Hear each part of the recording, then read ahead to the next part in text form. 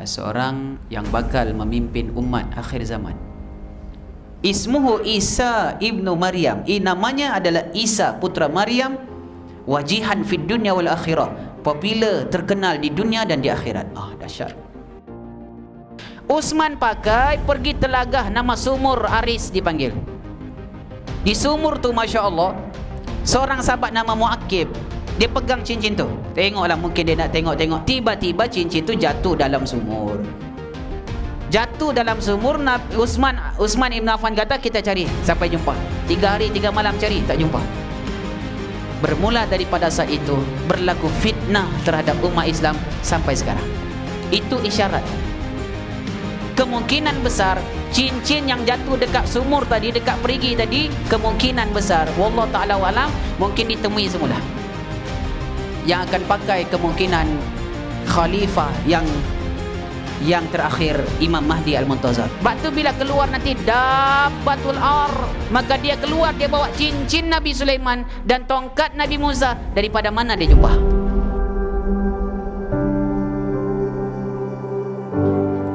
Assalamualaikum warahmatullahi wabarakatuh. Alhamdulillah,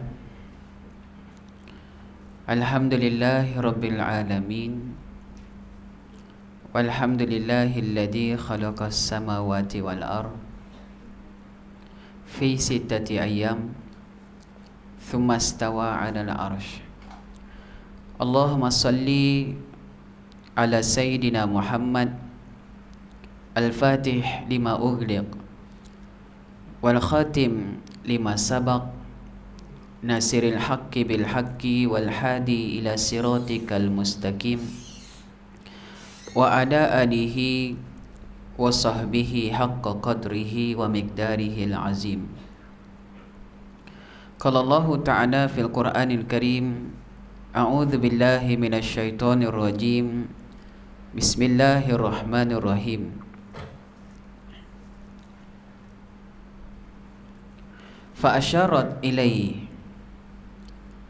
qalu kaifa tukallimun nasa fil mahdi sabiya qala inni abdullah ataniyal kitab wa ja'alani nabiyya sadaqallahul azim.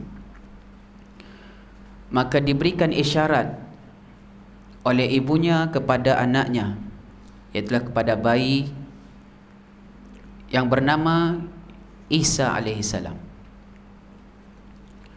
Maka berkatalah mereka, bagaimana kami ingin berkata ataupun bercakap fil mahdi sabiya, seorang anak bayi yang masih di dalam buayan, anak kecil.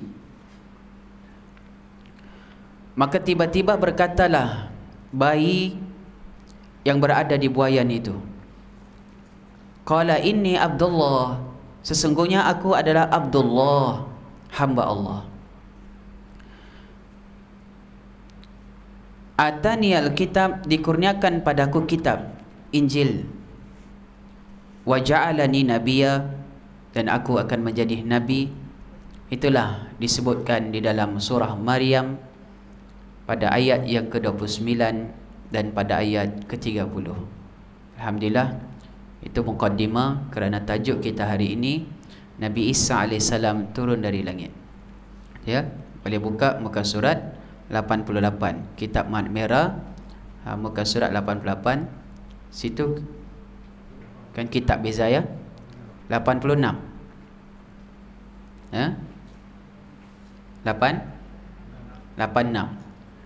Okay, buka situ 86, Ustaz 88, Ustaz surah Al-Ghasyiyah, situ surah Tariq bintang.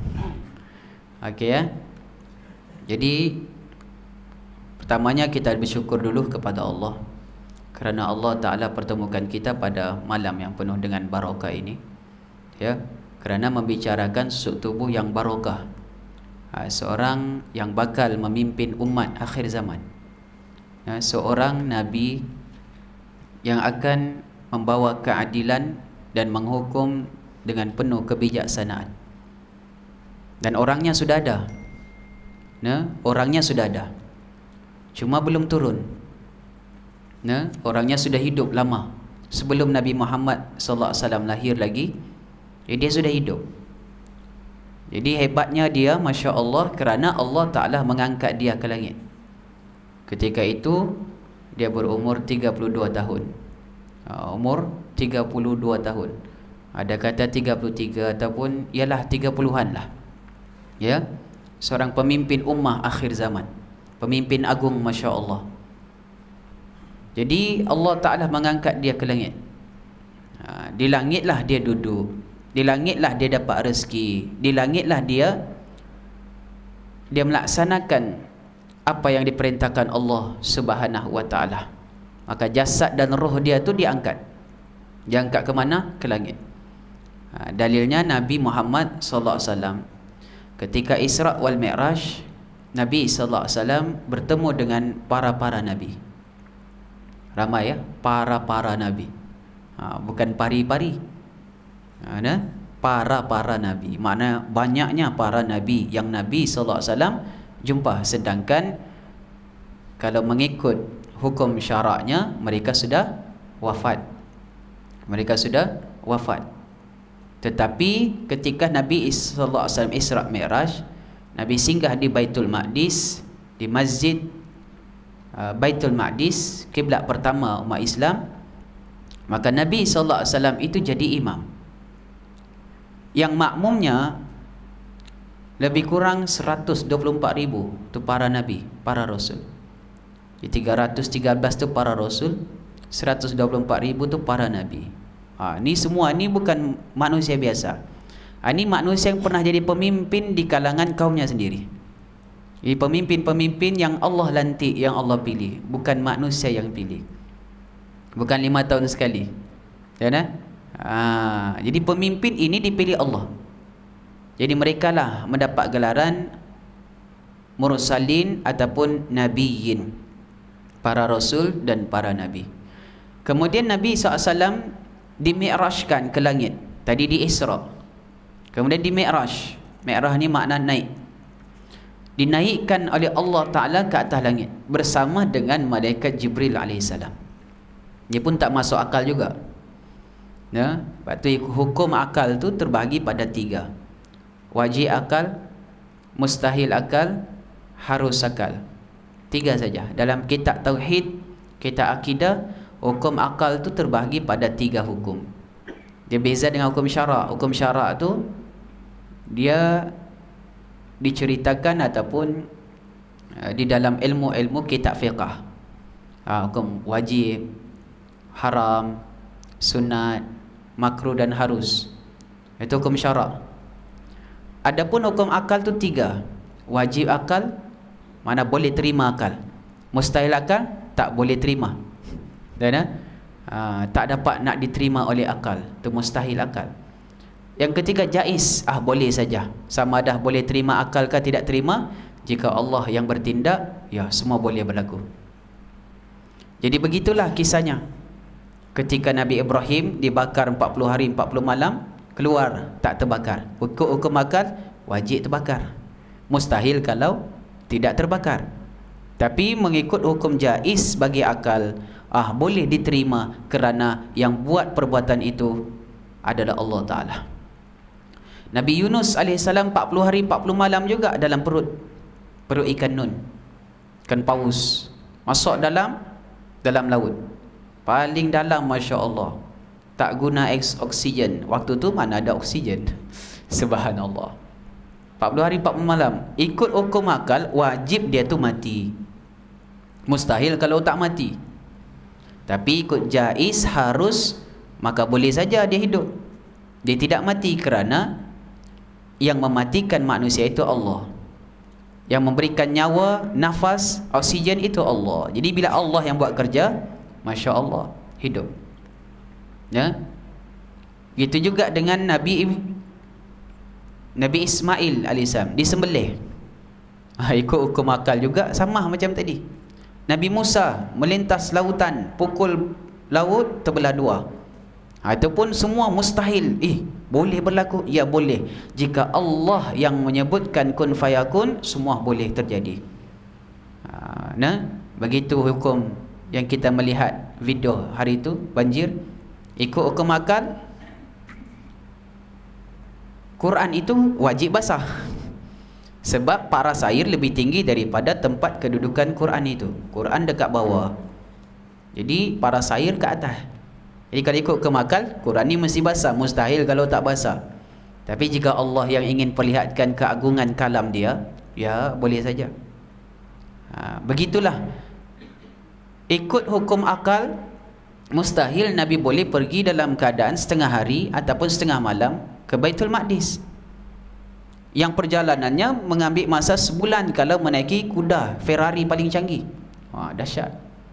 Kan? Tapi Nabi boleh setengah hari, setengah malam. Dan mustahil lah manusia boleh naik ke atas langit tanpa guna oksigen. Subhanallah. Zaman sekarang orang nak pergi naik atas langit tu dia mesti ada oksigen. Astronaut, kosmonaut, angkasawan, ini jenis ni mesti ada roket. Nabi SAW tak pakai. Dahsyat. Ya, jadi benda ni kalau Allah dah yang buat kerja, kalau Allah dah yang memiliki kekuasaan, kudrah dia dan juga iradat kehendak dia, maka yang kita fikir mustahil berlaku boleh berlaku, yang kita kata wajib berlaku sekian, di sisi Allah takkan ianya berlaku. Jadi inilah sifat Allah Ta'ala yang wajib pada akal dan juga mustahil pada akal dan harus pada akal. Boleh saja. Begitu ya. Jadi ketika Nabi SAW Mi'raj naik langit, bertemulah dengan para Nabi. Pertama jumpa Nabi Adam, langit pertama. Langit kedua jumpa dengan Nabi ni Isa. Hak ni kita nak cerita ni. Nabi Isa diangkat Allah Ta'ala ke langit. Hebat. Disebut dalam Quran tu surah An-Nisa. Cantik surah dia. Maksud Nisa tu perempuan. Bagus kan? Perempuan, wanita. Jadi untunglah sebab perempuan ni ada satu surah dalam Quran Nisa. Surah Rijal tak ada. Lelaki tu tak ada. Tapi penceritaan tentang laki-laki para Nabi tu ya banyak. Masya Allah. 90% dalam Quran tu laki-laki saja cerita dia. Dahsyat. Tapi sebut laki-laki dalam Quran, perempuan pun termasuk juga ya. Termasuk juga. Jadi pada ayat 157, 158 dan 159 surah An-Nisa ini dalil Allah mengangkat Nabi Isa naik ke langit. Dan Nabi Isa tidak mati dan tidak disalib. Itu dalil dia. Ya kan?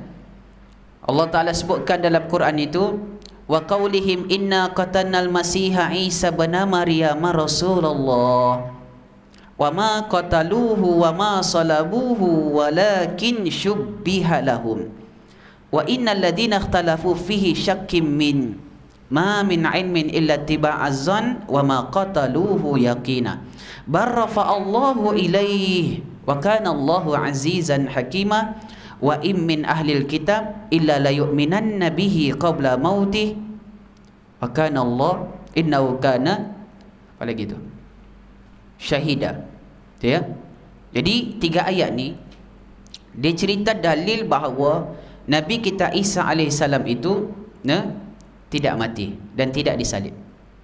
Jadi Allah Ta'ala sebutkan itu, wa qaulihim, berkatalah orang Israel, hak Yahudi lah, Masya Allah. Berkatalah mereka, lihim inna qatalnal masih Isa bin Maryam Rasulullah, kami telah berjaya membunuh putra Maryam Isa sebagai seorang rasul. Bangga mereka. Bangga mereka tu kerana mereka tu membunuh Nabi, membunuh Rasul. Ini sikap dan perangai orang Yahudi Bani Israel. Allah dah utus Nabi di kalangan mereka, tapi mereka dusta, mereka sombong, dan mereka kadang-kadang mereka bunuh. Pakcik Nabi dibunuh, saudara Nabi Isa dibunuh. Nabi Zakaria tu pakcik kepada Nabi Isa alaihissalam. Zakaria ni, Masya Allah, yang menjaga ibu dia Maryam. Hak Zakaria tengok Maryam duduk mihrab, ibadat pada Allah, doa pada Allah. Musim sejuk dapat makanan musim panas, musim panas dapat makan musim sejuk. Terkejutlah Zakaria, daripada mana mu dapat makanan ni Maryam? Dia kata, rizki min Allah, daripada Allah. Allah dahsyat. orang yang tawajuh, takarrub, hatinya itu bersama tawajuh kepada Allah, maka dia wanita yang digelar sebagai waliullah, wali Allah. Sebut dalam Quran, wanita wali Allah yang disebut dalam Quran itu Maryam binti Imran. Dia bukan Nabi, sebab mana ada Nabi di kalangan wanita, tapi wali Allah. Jadi wali itulah yang melahirkan Nabi. Jadi kalau zaman sekarang ada wali Allah, maka dia juga akan melahirkan wali Allah. Nah, sebab roh dia itu ada di dalam roh anak dia. Jadi Maryam binti Imran ni didatangilah malaikat Jibril. Jibril datang. Oh, Masya Allah. Jibril datang jumpa Maryam, tapi dia menyerupai laki-laki yang handsome, rupawan. Masya Allah. Sebab Jibril ni, Masya Allah, kalau dia berubah berbentuk menjadi seorang manusia, rupa dia seperti sahabat Nabi SAW yang namanya Dia Al-Kalbi. Dia Al-Kalbi ni sahabat Nabi SAW yang paling handsome. Ramai handsome sahabat Nabi SAW. Tapi Dia Al-Kalbi ni Nabi kata, kalaulah Jibril AS turun dekat bumi lalu dia menyerupai seorang manusia, dia akan menyerupai wajahnya seperti sahabat kita Dia Al-Kalbi. Dia Al-Kalbi ni dia pakai serban, dia tutup kepalanya kalau keluar daripada rumah dia. Sebab apa? Dah terlalu rupawan sehingga dia takut jadi fitnah kepada golongan wanita. Terbalik dah. Selalu wanita lah yang kena tutup, takut jadi fitnah di kalangan laki-laki, dia terbalik. Dahsyat. Ya? Bagaimana wajahnya? Wallahualam. Jadi Jibril tu akan ikut serupa wajah dia. Datanglah dia, terkejut Maryam. Maryam duduk zikir pada Allah. Zikir tu, wali Allah tu kuat zikir. Ya? Jadi kalau kita kuat zikir, ada potensi besar tu jadi wali Allah. Ada? Sebab zikrullah tu memang makanan dia. Fazkuruni azkurkum. Kamu ingat aku ingat kamu. Kamu sebut aku, kata Allah, aku sebut kamu. Sebutan Allah, kalau Allah dah sebut nama kita, Allah mulia kita, tuan-tuan. Dah kalau nama kita dah ada di dalam rahmat Allah, dalam pandangan Allah, maka orang itu sentiasa diberikan perhatian oleh Allah Subhanahu Wa Taala. Jadi datang Jibril, ya Maryam, ya? Terkejutlah Maryam. Kamu siapa? Laki-laki daripada mana? Masya Allah. Tiba-tiba muncul depan dia. Terkejut, ya? Jika kamu bertakwa kepada Allah, jauh kamu daripada aku. Allah. Maryam tak tahu ini malaikat. Jadi kalau malaikat tu datang pada kita, dua saja. Ya? Boleh jadi diberikan wahyu. Itu kalau Nabi, Rasul. Dan yang kedua, dia memberi tahu khabar gembira pada kita bahawa kita ini, satu adalah kemungkinan sebagai wali Allah ataupun sebagai orang-orang yang Allah Subhanahu Wa Taala titipkan ataupun amanahkan tanggungjawab. Mungkin ada begitu. Sebab tu Nabi-Nabi itu datang Jibril. So kalau Jibril yang datang, itu tugas dia. Sebab tugas Jibril yang terwahyu. Tapi Nabi Muhammad dah wafat, jadi wahyu itu untuk didatangkan Quran itu sudah terputus. Tapi Jibril AS masih lagi bekerja atas perintah daripada Allah Subhanahu Wa Taala. Jadi Jibril AS datang kepada Maryam. Kata Jibril nak bagi tahu jugalah, wahai Maryam, mu jangan takut. Aku inilah Ruhul Kudus, Jibril. Allah yang utuskan saya jumpa kamu. Subhanallah.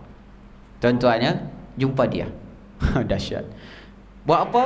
Kerana Allah Ta'ala ingin beritahu kepada kamu satu khabar gembira, bahawa kamu tidak lama lagi akan melahirkan seorang Nabi. Allah, seorang Nabi. Namanya, dia sebut sekali nama. Nama terus. Ismuhu Isa ibnu Maryam. Namanya adalah Isa putra Maryam. Wajihan fid dunya wal akhirah. Popular, terkenal di dunia dan di akhirat. Dahsyat. Dia bagi tahu siap. Kata Maryam, bagaimana aku nak dapat anak sedangkan aku belum bernikah? Nah, Masya Allah, belum bernikah, tak ada suami, tak pernah disentuh oleh laki-laki. Dahsyat. Mulia, suci. Tu Maryam tu orang yang suci. Disebut dalam surah Maryam, di dalam surah Ali Imran, tu cerita pasal Maryam binti Imran. wa Maryam ibnata Imran allati ahsanat farjaha wa nafakhna fihi min ruhina wa saddaqat bi kalimati rabbiha wa kutubihi wa kanat minal qanitin. Surah Tahrim ayat 12. Maryam itu suci, yang menjaga dia punya kehormatan, lalu kami tiupkan ruh ke dalam rahim dia, maka dia melahirkanlah seorang anak. Wa kanat minal qanitin. Maryam itu adalah orang yang sentiasa beribadat, mendekatkan diri kepada Allah. Oh, dahsyat. Tu Maryam binti Imran, Masya Allah. Maka dia pun Masya Allah terimalah, sebab ni daripada Allah. Dan ni pun wali Allah. Dia tahu kalau daripada Allah sudah ada kebaikan, mesti mengandungi hikmah. Dan tidak ada yang datang daripada Allah Ta'ala itu keburukan. Tidak ada. Semua baik saja. Takdir baik kan, takdir yang kita rasa macam tak sesuai, kita tak suka, tetap baik daripada sisi Allah. Kalau kita mengerti, kita faham. Yang tak baik itu persepsi kita saja. Sebab kita tidak memahami takdir Allah kepada kita. Banjir, teruklah, tak bagus. Menurut kita ya, tak eloklah sebab benda tu merosakkan harta benda kita. Tapi menurut Allah itu baik untuk kamu. Kalau kita faham, sebab tu kena redo saja. Redo, sabar, tu sifat dia.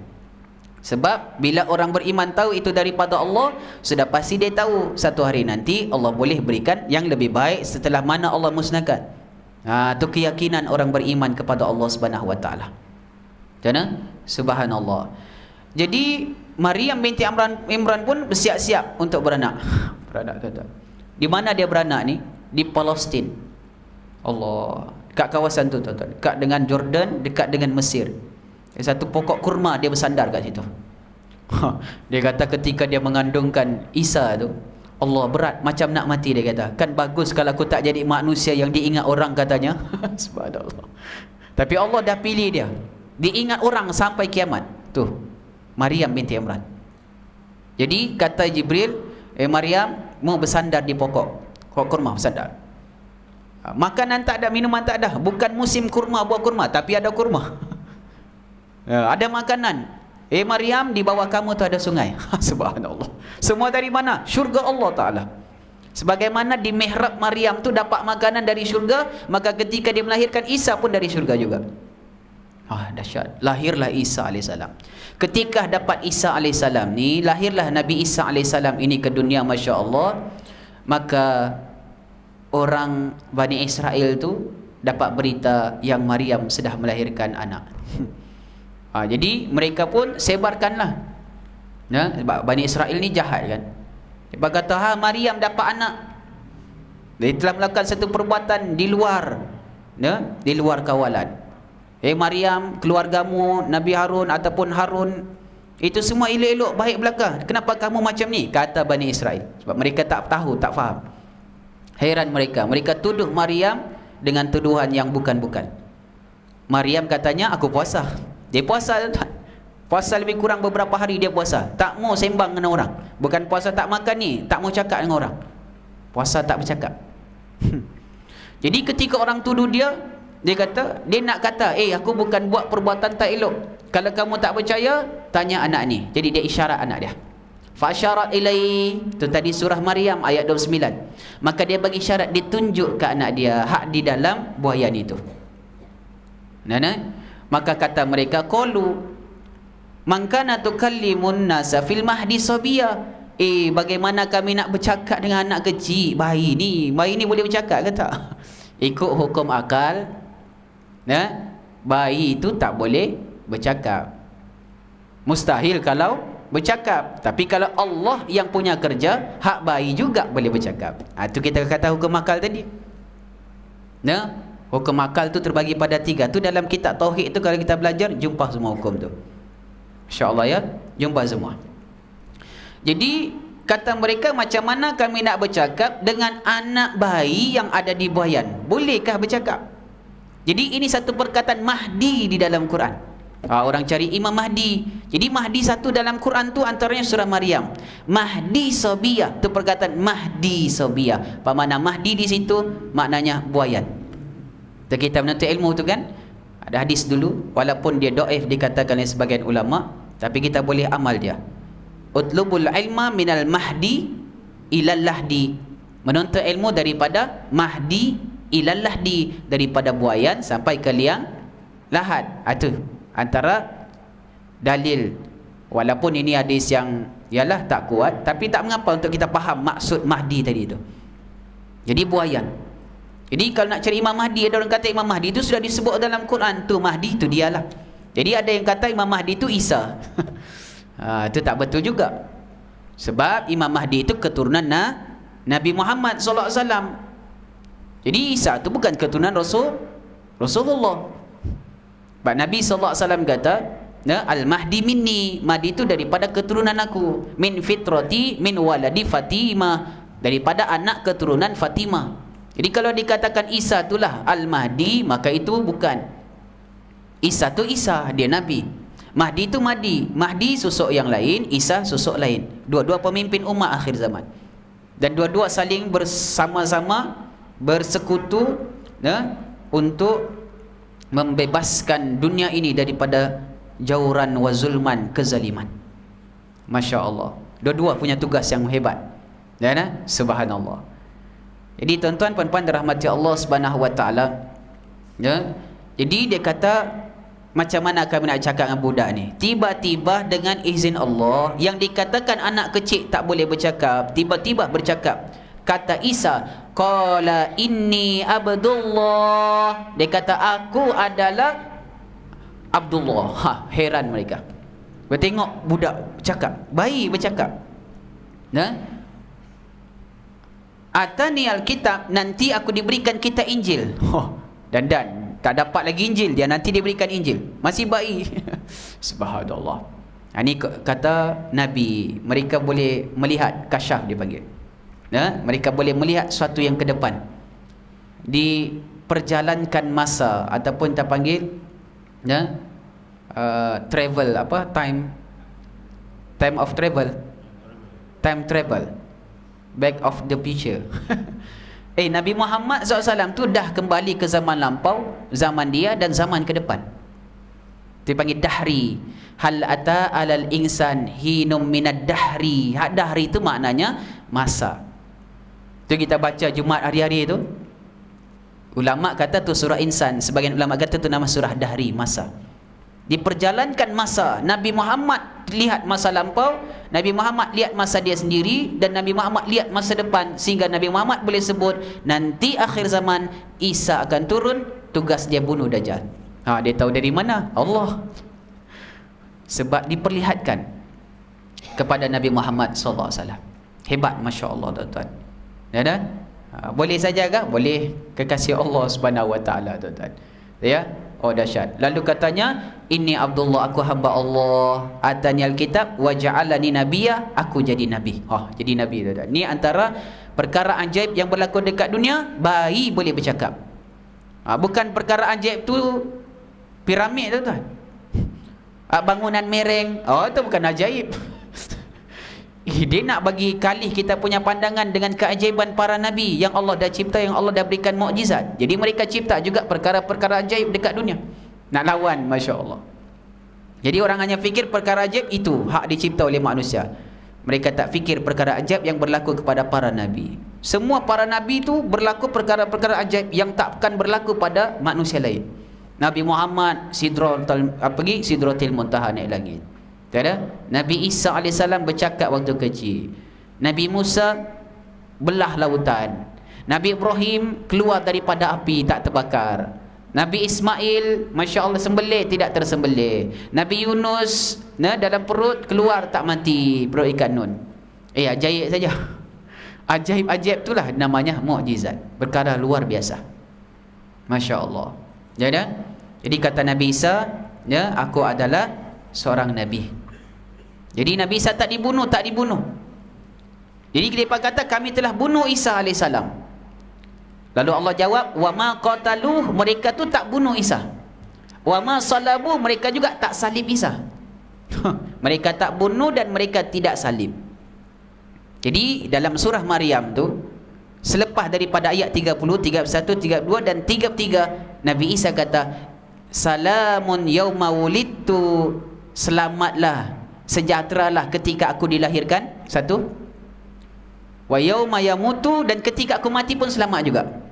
Jadi ini menunjukkan dalil Nabi Isa tak dibunuh sebab dia selamat ketika wafat dia nanti. Bila dia wafat setelah umurnya 70 tahun lebih, dia wafat dan dikebumikan di sebelah Nabi Muhammad di bumi Madinah Munawwarah. Wa yauma yub'atsu hayya, dan nanti pun aku akan dibangkitkan dalam keadaan sejahtera juga, tak ada kacau. Jadi orang Yahudi Israel kata kami telah bunuh Isa. Allah jawab mereka tak bunuh. Mereka juga tak salib. Itu yang mereka salib tu, itu bukan Isa alaihissalam. Itu adalah Hawariyun. Hawari ini sahabat-sahabat Isa yang lebih kurang 12 orang jumlahnya. Ada satu orang tu namanya Yahuza. Maka diserupakanlah wajahnya tu kepada wajah Nabi Isa. Ya, wa innal ladzina ikhtalafu fihi, Allah Ta'ala sebut tu, wa ma salabu walakin syubbiha lahum. Tu syubbiha lahum, syubbiha tu daripada perkataan syabbaha, yakni diserupakan, digambarkan wajahnya tu, diubah oleh Allah Ta'ala hanya sekejap. Bolehkah? Kalau fikir guna akal tadi, tak boleh lah kan. Kalau wajib akal, tak boleh, dia tetap wajahnya begitu, takkan berubah, mustahil kalau berubah. Tapi kalau Allah yang sudah kata kun fayakun, boleh berubah. Ini hukum akal, tuan-tuannya. Jadi Allah tu tidak terkena dengan hukum-hukum. Hukum syarak, hukum akal tu hanya pada kita aja. Bagi Allah tu hukum tak ada, semua jaiz belaka. Boleh atau tak boleh tu perkara mungkinat, boleh buat ataupun tak buat, atau bergantung kepada kehendak dan juga kekuasaan Allah. Subhanallah, itu dahsyat. Jadi Maryam lahir anak tanpa sentuhan daripada laki-laki. Jadi ikut hukum akal mustahil, mustahil. Tapi ikut jaiz bagi akal harus. Jika Allah dah sebut kun fayakun, maka jadi sungguh. Adam alaihissalam lagi hebat, tercipta daripada tanah bercampur dengan air, kemudian dimasukkanlah, ditiupkan ruh. Walaqad khalaqnal insana min salsalim min hama'im masnun. Kami telah ciptakan manusia daripada tanah. Jadi Jibril, malaikat semua, kamu pergi bawa bumi ni, pergi ambil tanah. Sebab apa ya Allah? Aku nak jadikan khalifah. Ni khalifah channel. Jadi khalifah di situ mungkin dia ambil. Sahabat kita ya, Aidi Abdullah. Cantik nama pun Abdullah. Dah sebut tadi Abdullah kan? Ini Abdullah, aku hamba Allah. Jadi Allah kata wa idz qala rabbuka lil malaikati inni ja'ilun fil ardi khalifah qalu wa taj'alu fiha may yufsidu fiha wa yasfiku dima wa nahnu nusabbihu bihamdika wa nuqaddisu lak qala inni a'lamu ma la ta'lamun. Wahai malaikat, Allah kata ya, ingat wahai Muhammad, ketika aku kata pada malaikat aku nak jadikan khalifah dekat bumi. Berkata malaikat, ya Allah, kau nak jadikan orang yang menumpahkan darah, saling bermusuhan. Kami ni sentiasa berzikir, bertasbih padamu ya Allah. Dahsyat. Allah jawab, aku lebih tahu, kamu tak tahu. Itu kata tahu. Tahu tu Allah, kita ni hamba dia. Jadi malaikat pun akur. Maka malaikat pun kata, subhanaka la ilma lana illa ma 'allamtana innaka antal alimul hakim. Dahsyat tuan-tuan. Nasib baik malaikat akur. Adapun iblis disuruh sujud tak mau, maka dihalau, terus jadi makhluk yang terlaknat sampai kiamat. Nauzubillah min zalik.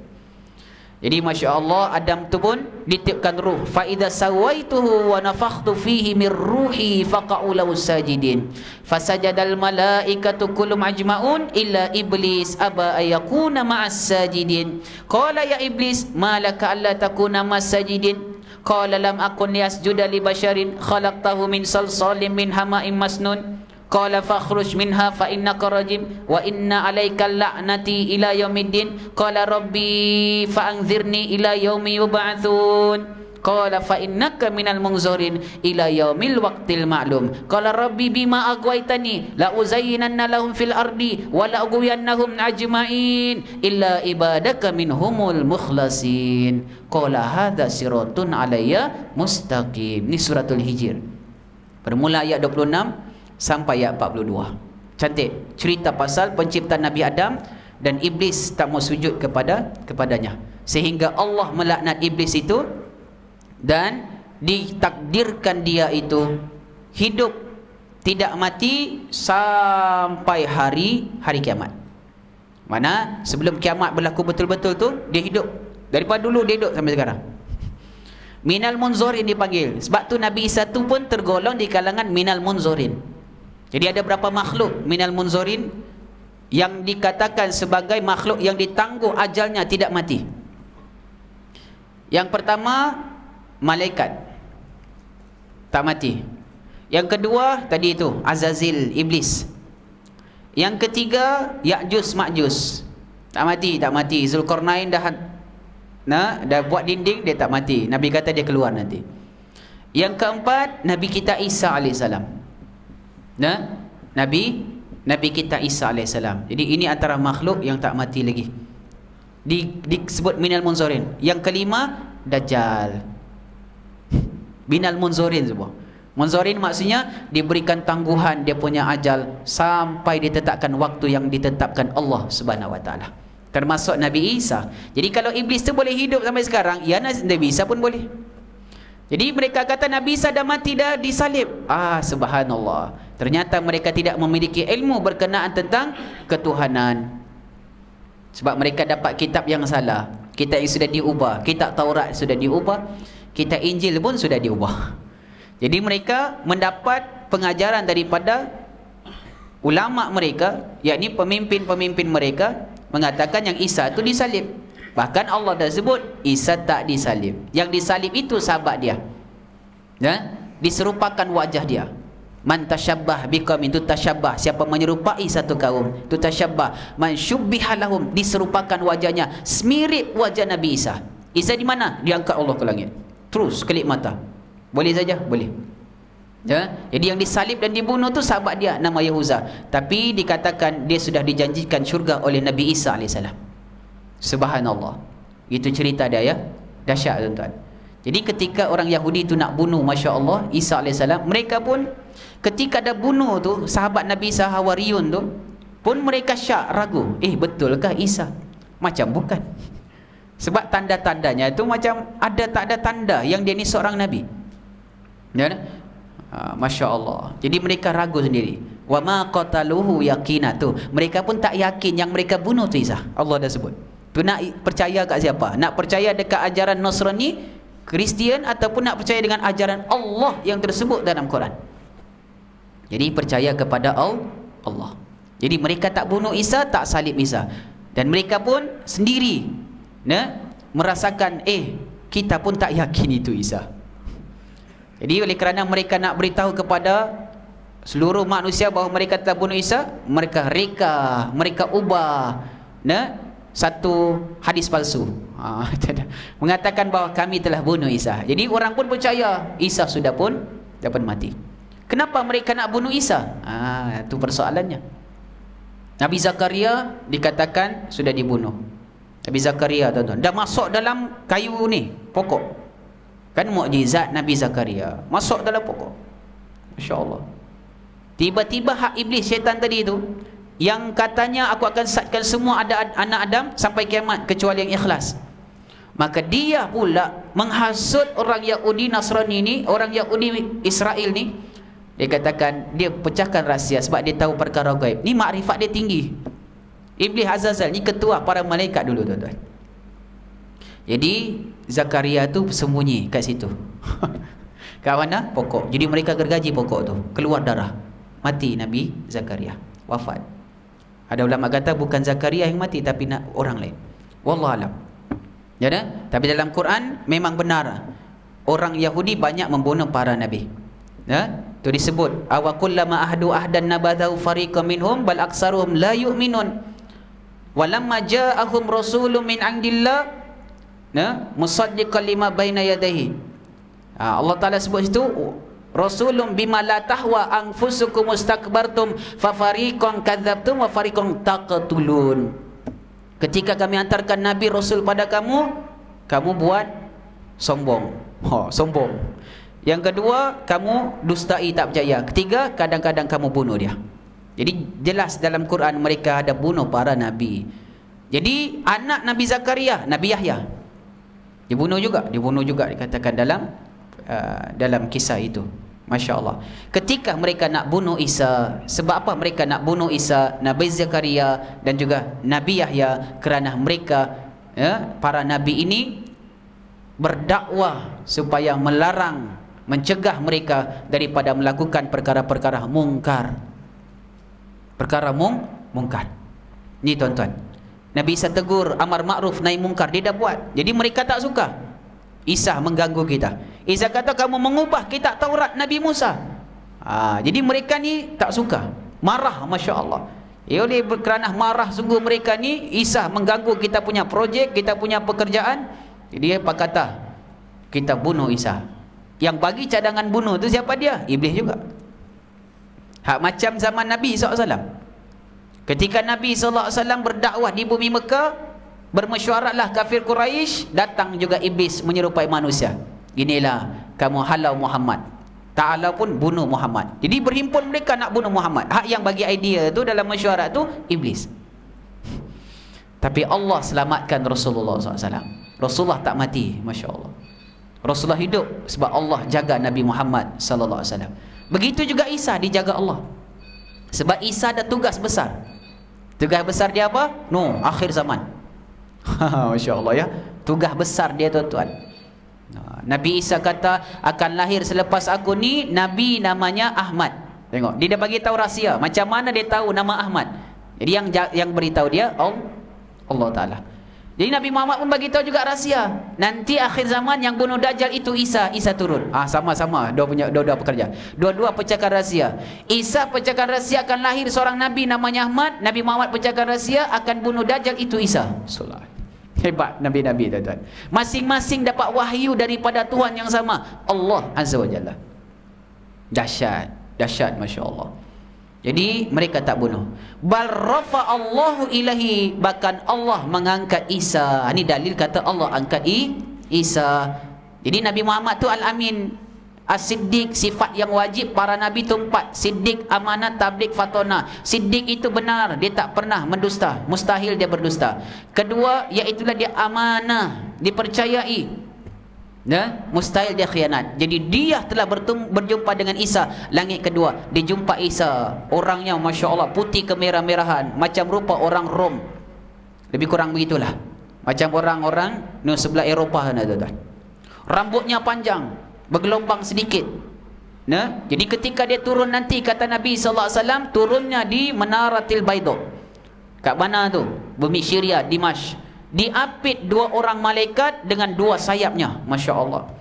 Jadi ketika Nabi Isa turun, tiba-tiba macam satu cahaya. Kan malaikat ni kan cahaya. Cahaya, Masya Allah. Tiba-tiba turun Isa, diapit 2 malaikat yang bersayap. Allahumma salli ala Muhammad. Turun kat Dimash, Damsyik, menara yang berwarna putih. Ada ulama kata hak Masjid Umawi sekarang yang ada dekat Syria, Damsyik. Ada sebagian ulama kata gitu. Jadi hakikatnya kita tak tahu, wallah alam. Jadi itu pandangan-pandangan sebagian ulama. Kerana yang ada menara putih cuma di tempat tu. Diturunlah Isa. Turunnya tu seperti rambutnya kalau dilihat seperti basah, padahal tak basah. Seperti kalau dia tunduk, Masya Allah, berjatuhan mutiara-mutiara daripada rambutnya, ataupun seibarat seperti dikatakan oleh ulama Syekh Ahmad Fahmi Zamzam rahimahullah ta'ala, ibaratnya, kiasannya bahawa Isa AS itu cukup tampan, cukup rupawan dan handsome, Masya Allah. Begitu wajah dia. Tidak seperti yang digambarkan oleh orang-orang Nasrani yang mereka letakkan di tempat ibadat mereka, inilah Jesus. No, itu bukan Jesus. Itu bukan Jesus. Ni anak Tuhan, bukan juga. Mereka kata Isa tu anak Tuhan. Yahudi pula kata Uzair anak Tuhan. Maka Allah jawab, lam yalid walam yulad. Mustahil Allah memiliki anak. Isa bukan anak Tuhan. Tu mereka kata Maryam dapat anak macam mana, melainkan kalau dia bernikah dengan Tuhan. Ini tuduhan mereka, pun batil juga. Maryam itu ditiupkan ruh sebagaimana Adam ditiupkan ruh ke dalam jasad Nabi Adam AS. Sama lebih kurang. Penciptaan Adam sama dengan penciptaan Isa. Kedua-duanya daripada tanah, dan kami jadikan mereka dengan kalimah kun fayakun. Jadi sungguh. Ada kun, ada fayakun. Pertama kudrat Allah, kedua iradat Allah. Allah berkuasa untuk menjadikan, dan Allah punya kehendak untuk menjadikan dia bentuk apa sekalipun. Jadilah dia manusia. Jadi Masya Allah, begitulah perkara-perkara mustahil. Jadi kata Allah Ta'ala, wa min ahlil kitab, ahlil kitab yang masih percaya dengan kitab-kitab Injil, kitab Taurat, di kalangan Nasrani dan juga Yahudi, ada sebagian yang masih lagi ahlul kitab. Ahlul kitab ni orang yang masih lagi beriman dengan Musa dan juga Nabi Isa alaihissalam. Jadi mereka ni nanti kalau Isa alaihissalam turun, wa min ahlil kitab illa la yu'minun nabi qabla mauti, mereka akan beriman nanti, percaya dengan Isa, bahawa Isa bukan anak Tuhan, dia bukan Yesus, dia tidak disalib, dia tak dibunuh, dan dia ada Abdullah, dan dia ada Nabiullah sebelum mereka mati. Jadi mereka sempat beriman, sempat. Batu Isa kalau turun esok, dia patahkan salib. Dia patahkan salib ni makna apa? Bukan dia pergi hancurkan semua gereja tu, tak.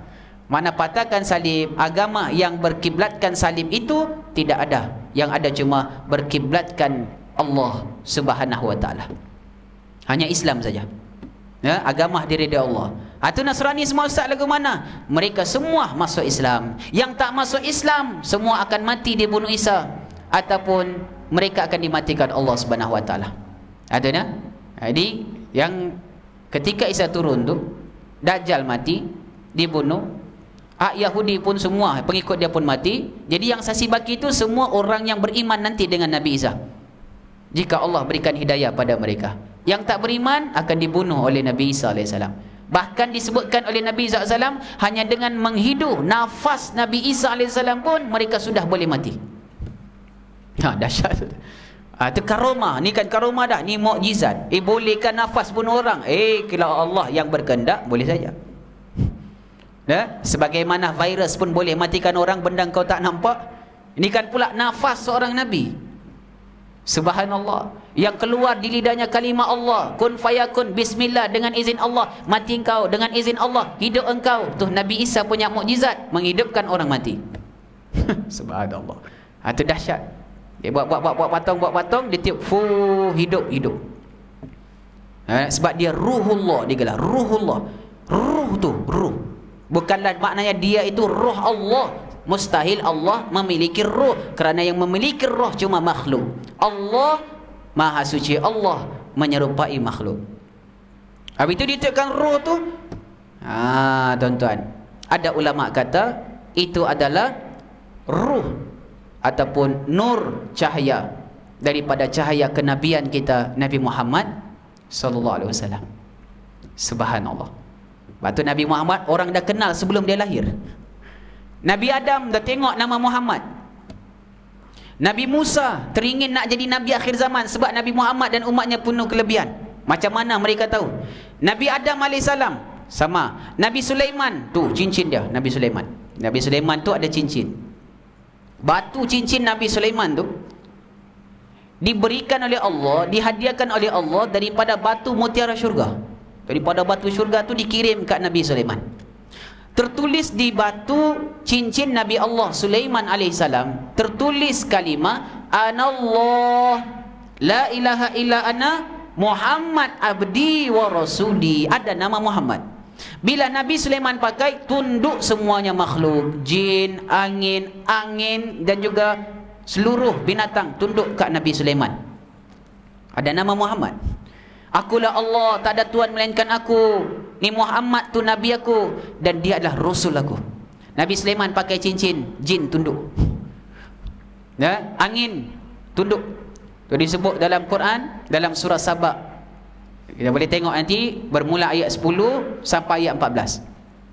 Walaqad ataina Dauda minna fadla ya jibalu awwibi ma'ahu wat-tayr walanna lahul hadid Anikmal sabighati wa qaddir fi sardi wa'malu salihah inni bima ta'manuna basir. Wa li Sulaiman ar-rih guduwa syahru wa rawahuha syahr wasalna lahu 'ainal kitir wa minal jinni may ya'manu baina yadayhi bi'izni rabbih. Tengok Allah kata apa? Bagi Sulaiman alaihissalam Allah tundukkan angin untuk dia, yang perjalanan kalau sebulan yang kena patut sampai, dia boleh sampai dalam masa setengah hari saja. Dia ada kapal terbang jet dah dulu. Jadi dikatakan di dalam beberapa tafsiran ayat, Nabi Sulaiman tu dia ada tikar macam tikar sejadah ni. Ya kan? Tikar ni tuan-tuan, ni kita punya ni syal, tak pun semua bubu untuk sembahyang kan. Masya-Allah. Jadi Nabi Sulaiman kata dekat angin, angin aku nak pergi sana. Maka meniuplah angin akan tikar itu, menghantar Nabi Sulaiman ke tempat mana dia pergi dengan kadar masa yang cepat. Terbuka dalam Quran surah Sabah ayat 12. Dahsyat, dahsyat. Ustaz, kalau tak nak beramal tu tak apa, amallah zam-zam ala kazam. Boleh jadi juga kan. Itu cerita dia tu. Ampar tikar. Zam-zam ala kazam. Nak pergi mana? Pergi kerajaan pasir berdengung. Sampai tu zin. Nah. Pasola tido, todido, apa bendanya kan? Subhanallah. Itu cerita piramid. Dahsyat cerita piramid tuan-tuan. Dia punya kisah tu banyak ke Arab-Arab. Di kisah para nabi, masya-Allah, hebat dahsyat. Tu cerita piramid. Jadi itu kisah Nabi Allah Sulaiman. Cuba test tengok tuan-tuan, keluar rumah, tikar sejadah kita ni kan, kita buat di rumah tu, baca ayat 12 tu. Walaqad wali Sulaiman ar-rih guduwa syahru wa rawahu syahr. Wasalna lahu ainal kitir wa minal jin. Kami tundukkan jin, kami tundukkan angin. Subhanallah. Jadi kalau kita baca tu, kita tiup dekat sejadah, insya-Allah kita boleh sampai terus. Sampai mana Ustaz? Masuk longkang lagi tak? Allah tak suruh macam tu kan. Percaya dengan benda-benda macam tu. Ya mungkin boleh jadi akhir zaman nanti. Semua ayat Quran itu keluar nur cahaya dia, sehingga setiap huruf yang dibacakan itu dia ada bantuan nanti daripada Allah. Dan setiap huruf, setiap ayat, setiap surah dalam Quran itu nanti akan bercahaya semua. Bila mana orang beramal satu ayat saja dalam Quran, dia akan tengok dah kelebihan dan bantuan Allah buat dia, sehingga dia boleh mendengar pokok berbicara, batu bercakap. Sebab yang jadi pembantu Nabi Isa Imam Mahdi itu wali-wali Allah. Hak ruh mereka dah hidup. Hati, qalbu ni hidup. Jasad bersama makhluk, ruh bersama Allah. Jadi kasyaf mereka. Selalu ada basyirah, tu basirah, melihat sesuatu yang tak boleh dilihat oleh orang biasa. Mendengar sesuatu yang tak boleh didengar oleh orang biasa. Merasakan sesuatu yang tak boleh dirasai oleh orang biasa. Itu para awliya. Pembantu Imam Mahdi itu di kalangan awliya Allah yang jumlahnya lebih kurang 313 orang, seperti jumlah para nabi, para rasul. Rasul 313, 124,000 itu para nabi. Para wali zaman kita pun begitu, 124,000 juga para wali Allah. Lebih hebat lagi itu ada 313 juga wali Allah. Daripada 313 ada 25 lagi wali Allah. Daripada 25 ada 5 orang lagi lebih tinggi darjatnya. Dan daripada 5 itu ada seorang. Itulah Imam Mahdi. Sebab dia dipanggil wali gaus, ataupun ketua min awliya Allah. Ketua di antara seluruh para wali-wali Allah. Dahsyat tuan-tuan. Jadi bermula zaman sekarang, hidupkan ruh. Jasad ni tempat dia tanah, ruh. Kalau hidup tuan-tuan, kita takkan mati sampai bila-bila. Maksudnya jasad boleh mati, ruh tak boleh mati.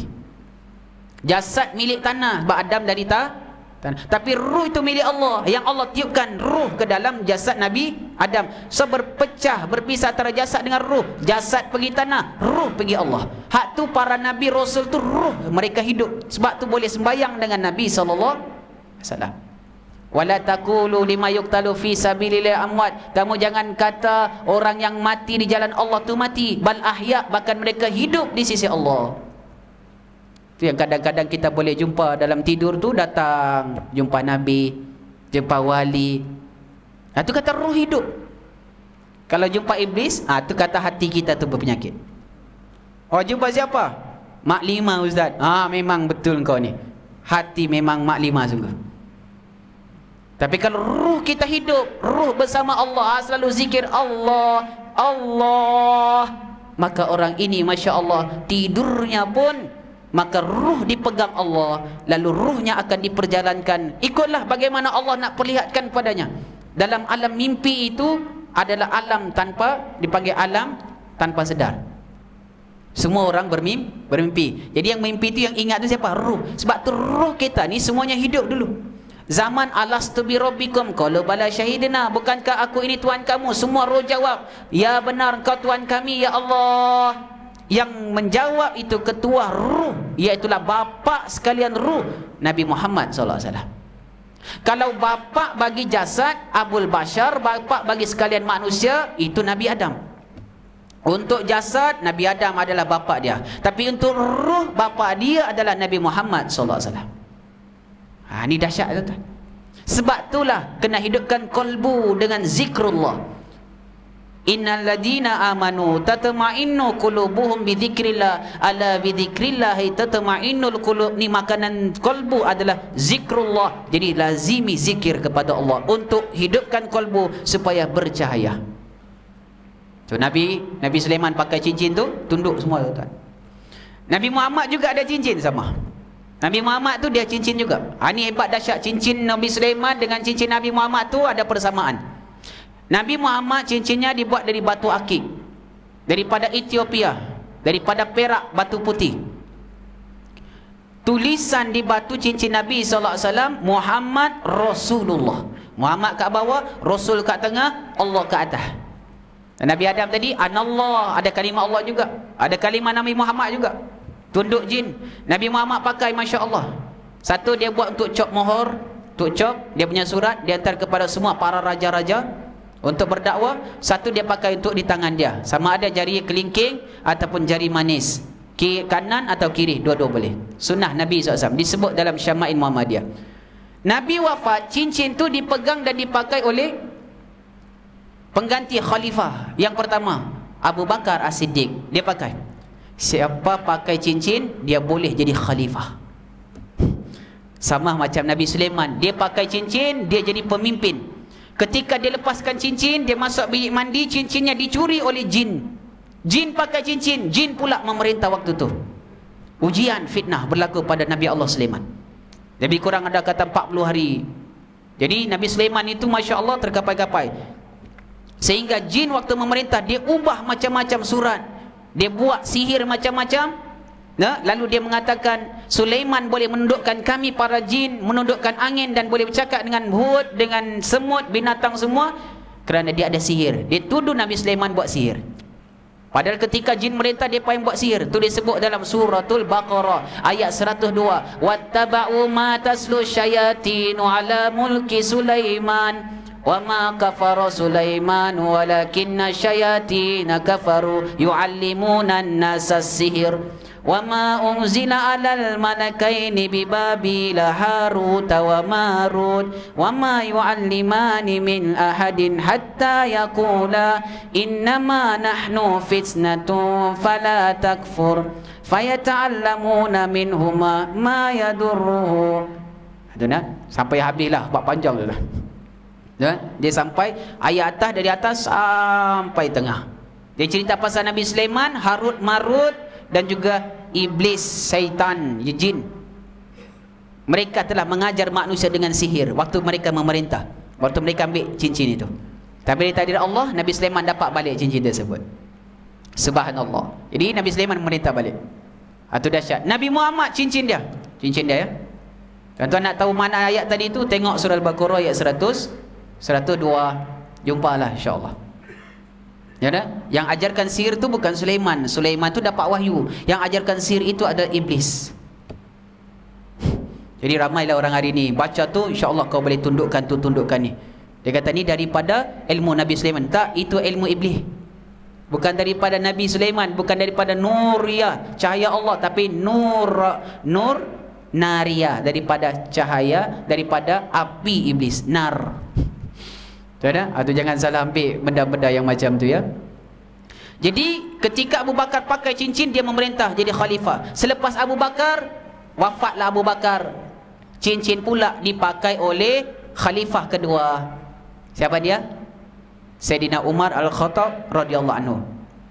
Selepas Sayyidina Umar Al-Khattab wafat, dia memerintah 10 tahun, Abu Bakar 2 tahun. Maka dipakailah cincin itu oleh Nabi, oleh seorang khalifah yang ketiga, namanya Utsman Ibn Affan radhiyallahu anhu. Dia memerintah 14 tahun. Tengok siapa pakai cincin memerintah dan jadi khalifah. Dahsyat tuan-tuan. Oh, nak jadi pemimpin kena ada cincin. Bukan cincin kat kedai emas tu. Tuan-tuan, dia kena jadi cincin yang daripada warisan salasilah sanadnya yang pernah dipakai oleh para nabi. Sama ada cincin Nabi Sulaiman atau cincin Nabi Muhammad SAW. Utsman pakai pergi telagah nama Sumur Aris dipanggil. Di sumur tu Masya Allah, seorang sahabat nama Mu'aqib, dia pegang cincin tu. Tengoklah, mungkin dia nak tengok-tengok. Tiba-tiba cincin tu jatuh dalam sumur. Jatuh dalam sumur. Utsman Ibn Affan kata, kita cari sampai jumpa. 3 hari 3 malam cari, tak jumpa. Bermula daripada saat itu berlaku fitnah terhadap umat Islam sampai sekarang. Itu isyarat bahawa fitnah berlaku start daripada situ sampai zaman kita. Setelah itu jadi khalifah keempat Sayyidina Ali karamallahu wajhah. Sayyidina Ali tidak memakai cincin, tapi dia jadi khalifah para awliya Allah. Bermula saat itu Utsman Ibn Affan ni dibunuh. Tengok, yang bunuh juga adalah orang Islam. Kemudian Sayyidina Ali bertengkar bersama dengan Aisyah, perang Jamal, bersama dengan Muawiyah. Semua sahabat Nabi, penulis wahyu ni, Muawiyah bin Abi Sufyan, penulis wahyu belaka tuan-tuan, hebat semua ni. Golongan-golongan ahlul badar, golongan-golongan ahli jihad di jalan Allah semua. Tapi oleh kerana Nabi dah sebut akan berlaku fitnah, khalifah min ba'di salasina amma, khalifah selepas aku wafat berlangsung cuma 30 tahun kata Nabi SAW. 30 tahun saja tuan-tuan. Betul sungguh. Ketika Utsman sudah wafat, Ali memerintah lebih kurang 4 tahun atau 5 tahun, kemudian disambung oleh anaknya Hasan dan Husin, lebih kurang beberapa bulan ataupun setahun lah. Jadi bila dihitung dan dikira tepat 30 tahun. Wah, dahsyat sungguh Nabi Muhammad punya perkataan. Oh, nah, masin sungguh lidah Rasulullah. Dia kata apa? Berlaku sungguh. Kira Abu Bakar 2 tahun memerintah, Umar 10 tahun memerintah, Utsman 14 tahun memerintah, Sayyidina Ali 5 tahun memerintah, anaknya lebih kurang beberapa bulan. Jadi tepat 10 tahun hijrah Nabi wafat, 40 hijrah atau 41 hijrah berubah pemerintahan Islam jadi Bani Muawiyah ataupun Bani Umayyah. Di sini bermula sistem raja-raja. Yang inilah bermulanya sistem yang dikatakan Nabi SAW, nah, mulkan adon. Mulkan adon. Kan Nabi kata dunia ni akan berlangsung pemerintahan 5 fasa. 1 fasa an-nubuwah, tu fasa Nabi SAW. Kedua fasa khalifah, ala min haji nubuwah, tu para khalifah. Dah sebut khalifah tu. Yang ketiga mulkan adon, satu kerajaan beraja yang menggigit. Mana kerajaan-kerajaan yang mengikut salasila ataupun mengikut keturunan saja jadi raja. Orang lain tak boleh jadi raja. Dahsyat juga tu. Orang lain tak boleh. Habis ni Bani Umayyah, timbul Bani Abbasiyah. Bani Abbasiyah ni pun sahabat Nabi juga. Ibnu Abbas, Abdullah bin Abbas, Abbas bin Abdul Muttalib, semua sahabat Nabi belaka tuan-tuan. Nah, sampai zaman Bani Utsmaniyah tu, Khilafah Utsmaniyah. Selepas itu tuan-tuan sampai zaman kita yang digelar sebagai Mulkan Jabbariyah, satu kerajaan yang memaksa. Hang tak buat kena denda. Faham sudah. Tuan-tuan, depa paksa. Ada urusan dengan agama, wajib ke haram, hampa kena ikut aku juga. Subhanallah. Ni bukan Malaysia saja, satu dunia tuan-tuan. Sampai dekat Mekah, tuan-tuan tengok sendiri apa berlaku. Kita nak sembahyang dekat Masjidil Haram, kita nak sembahyang tu menghadap kiblat lah. Iyalah menghadap kiblat. Kalau boleh rapat lah, itu memang cara kita sembahyang. Tapi sudah diubah. Tapi hadir konsert boleh rapat, relax. 750,000 orang boleh hadir. Siap ada sayap pula. Apa makna tu? Yang faham makna saja tahu. Itu pun rahsia, rahsia jugalah. Nabi Isa turun nanti kan dengan sayap, ya nah? Dengan sayap para malaikat. Subhanallah, dahsyat tuan, dahsyat. Subhanallah. Ini akhir zaman kan, akhir zaman.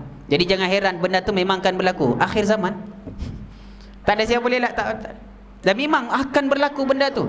Cuma kita tinggal nikmati saja perkataan-perkataan yang Nabi sabdakan sejak 1400 tahun dulu. Satu-satu berlaku. Sebagaimana 30 tahun khalifah tadi itu berlaku sungguh. Allah, berlaku tuan-tuan. Selepas itu, jadi zaman Mulkan Jabariyah inilah yang dikatakan sebagai akhir zaman. Dan kitalah umat itu. Kita yang saksikan semua yang Nabi sebutkan.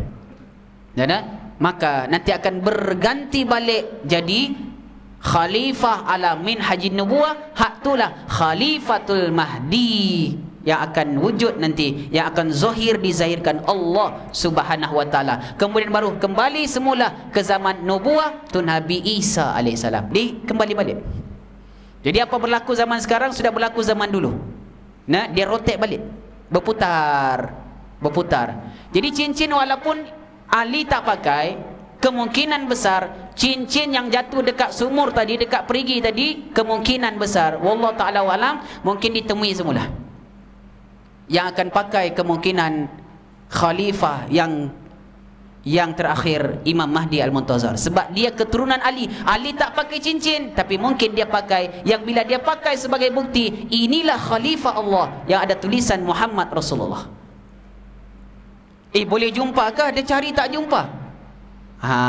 Itu kita kata hukum akal ada 3. Boleh jumpa dan boleh hilang. Allah sembunyi, iya. Nabi Sulaiman punya cincin daripada zaman Nabi Sulaiman sampai sekarang itu hilang. Orang tak jumpa. Tongkat Nabi Musa juga dikatakan hilang. Orang tak jumpa. Bukan mana hilang, Allah sembunyikan. Ada. Waktu bila keluar nanti Dabbatul Ar, maka dia keluar, dia bawa cincin Nabi Sulaiman dan tongkat Nabi Musa. Daripada mana dia jumpa? Kalau cincin Nabi Sulaiman boleh jumpa, tongkat Nabi Musa boleh jumpa, Nabi Muhammad SAW apatah lagi. Kalau betul perkara itu sebagai bukti bahawa dia nanti akan menjadi khalifah, mungkin begitu perjalanannya sebagaimana para khalifah-khalifah selepas Nabi Muhammad SAW. Boleh jadi tuan-tuan. Nah, sebab nak jadi khalifah dia mesti ada bukti. Bukan deng mancung, nah, dahi lebar sikit, inilah Imam Mahdi. No, bukan begitu. Bukan nampak pada jasad, tapi ruh itulah rahsia tersembunyi, orang tak tahu. Patut Allah saja tahu. Nah, kalau wali Allah pun kita tak tahu sebab mastur tersembunyi, ini kan pula khalifah Allah Al-Mahdi. Kalau orang tahu bahaya tuan-tuan. Tu Allah sembunyi dia. Allah sembunyikan. Dipanggil sebagai apa? Yang tersembunyi. Al-Mahdi itu yang dapat bertunjuk. Namanya pun mungkin Muhammad Abdullah, ataupun bukan begitu namanya, tapi namanya seakan-akan Nabi Muhammad, tapi dia punya sifat, dia punya ketinggian, dia punya kemuliaan mirip macam Nabi Muhammad SAW. Nabi Muhammad punya nama ni bukan satu, banyak tuan-tuan. Banyak, Masya Allah. Ya? Bukan satu, banyak. Jadi ismu ka ismi, dia kata namanya macam namaku. Ada ulama kata tu bukan maksud ismu ka ismi, namanya atau namaku, tapi ketinggiannya, kemuliaannya macam aku, kemuliaan bapaknya juga macam kemuliaan ayahku. Jadi begitu ceritanya. Jadi kemungkinan besar cincin dijumpa. Hak tu yang ada cerita Lord of the Ring. Tuan-tuan tahu cincin tu jumpa di mana? Jumpa kat mana cincin tu? Dalam cerita tu. Dalam cerita tu cincin tu dijumpai di dalam air. Jadi cincin Nabi tu hilang kat mana? Dalam air juga. Begitu cerita dia. Untuk fahamnya begitu. Ini dahsyat, Masya Allah. Siapa jumpa mungkin jadi khalifah. Bukan semua orang boleh jumpa. Sebab yang dijumpa, yang orang menjumpa itu Allah dah tetapkan. Allah dah pilih dia. Mungkin sudah lahir ataupun baru lahir. Nah, kalau tengok bintang ke atas, itu bukti-bukti orang tu sudah ada. Ada bintang-bintang ke atas langit. Bagi orang ilmu falak mungkin faham. Mungkin dia faham boleh menentukan cuaca hujan, panas, kemarau, tapi dia tak tahu sesuatu bahawa dengan bintang tu sebagai hidayah petunjuk Allah nak tunjuk kepada bumi. Kalau dia sudah bercahaya, berkelip-kelip, indah kelip-kelipannya, Masya Allah, kita boleh tengok macam lampu yang ada depan mata kita ni. itu petunjuk bahawa yang diberikan petunjuk dekat bumi itu sudah ada, dan sudah ramai orang yang mendapat petunjuk daripada Allah yang bakal menjadi khalifah, pembantu-pembantu Aulia Allah Imam Mahdi Al-Muntazar. Sebab ruh, bila kita punya ruh hidup dengan zikrullah, maka dia punya ruh, dia punya amal naik, sehingga cahaya-cahaya bintang dekat langit itu bercahaya indah, bersinar. Itu kesan daripada amalan orang-orang soleh, wali-wali Allah dekat bumi. Sebab tu kalau hari ini konco-konco Dajjal dah tunjukkan taringnya, maka wali-wali Allah juga Allah sudah sedia untuk tunjukkan mereka punya wajah sebenar. Dia sama tuan-tuan. Kalau 5G sudah berlaku, maka rahsia-rahsia Allah juga sudah berlaku dan terbuka. Dahsyat akhir zaman. Jadi untunglah mereka yang mendapat petunjuk daripada Allah, menjadi pembantu-pembantunya nanti, Masya Allah. Dan rugilah mereka yang terikut dengan jasad Dajjal. Untung orang ikut rohani mereka. Roh hidup bersama dengan roh yang hidup, jasad hidup bersama dengan jasad. Dia orang pandang pada jasad, dia tengok Dajjal, muah, dahlah mata buta sebelah, dia boleh anggap Tuhan lagi sebab dia memandang pada jasad. Tapi orang memandang pada ruh, maka Masya Allah, dia tak katakan ini Tuhan. Tuan-tuan, hidupkan ruhani kita. Jangan takut bicara pasal ruh. Ruh itu yang kena hidupkan. Bagi dia bercahaya. Bila kita sebut nama Allah, dia terasa. Bila kita dibacakan Quran, dia tambah iman. Itulah ruh. Tuan-tuan ya? Inilah rasa. Yas'alunaka 'anir ruh qulir ruhu min amri rabbi. Ini tak ada dalam surah Al-Kahfi, di surah Isra. Tapi dia menyebabkan turunnya surah Al-Kahfi. 3 soalan ditanya Nabi SAW. 1 tentang ruh, 1 tentang Zulkarnain, ketiga tentang Al-Kahfi. Maka turun. Jadi dalam surah Al-Kahfi itu tak ada cerita pasal ruh. Dia dalam surah Isra ada makna rahsia suratul Isra. Suratul Isra ayat 85 bicara pasal ruh. Yas'alunaka 'anir ruh qulir ruhu min amri rabbi wa ma utitum minal ilmi illa qalila. Kamu tidak diberikan ilmu tentang ruh ini melainkan sedikit. Siapa tu? Bagi orang-orang bukan Islam. Tapi bagi Nabi Muhammad, semua ilmu tentang ruh semua dia tahu. Tapi dia ada yang tahu cuma Allah, dia kata. Tapi dia tahu. Dah ni hamba Allah, kekasih Allah, tuan-tuan. Jadi Masya Allah, hidupkan rohani kita. Selalu fikir jasmani, makan ke tak makan lagi. Kalau tak makan nanti sakit. Rohani orang tak fikir nak bagi makan. So bagi makan dengan zikrullah. Afdal zikri fa'lamu annahu la ilaha illallah. Ni amalan zikirnya. Sebelum zikir tu, taubat dulu, istighfar, bagi bersih dulu, hilangkan kotoran, baru masukkan makanannya. Zikir tadi, la ilaha illallah, Allah, Allah, Allah. InsyaAllah hidup ruh. Walaupun kita tidur, nafas kita menyebut Allah, Allah, Allah. Tuh kita akan sedar nanti kalau kita rajin berzikir dengan kalimah itu. Kita akan rasa sendiri. Man lam yazuk la yadri. Siapa yang tak rasa, dia tak tahu. Ada? Jadi amalkan zikir bermula akhir zaman. Dan amalan yang Nabi sebutkan, Al-Kahfi kena baca. Sekarang bukan Al-Kahfi saja, kembali sebelum surah Al-Kahfi, suratul Isra. Sebab suratul Isra perjalanan mukjizat ajaib Nabi Muhammad sallallahu alaihi wasallam daripada bumi ke Baitul Maqdis, daripada Baitul Maqdis ke langit. Itu dahsyat. 111 ayat campur 110 ayat Al-Kahfi jadi 1 juzuk.